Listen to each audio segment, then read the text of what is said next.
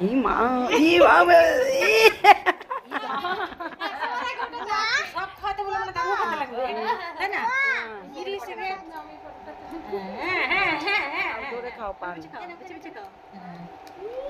ইস ইস ছেড়ে দিল পান রাতি না করে দেয় পিসি কি করে দেখ এ মা ও মা জ্বালাচ্ছে এটা মনে থাকবে ঠাকুমা যখন নাতি বড়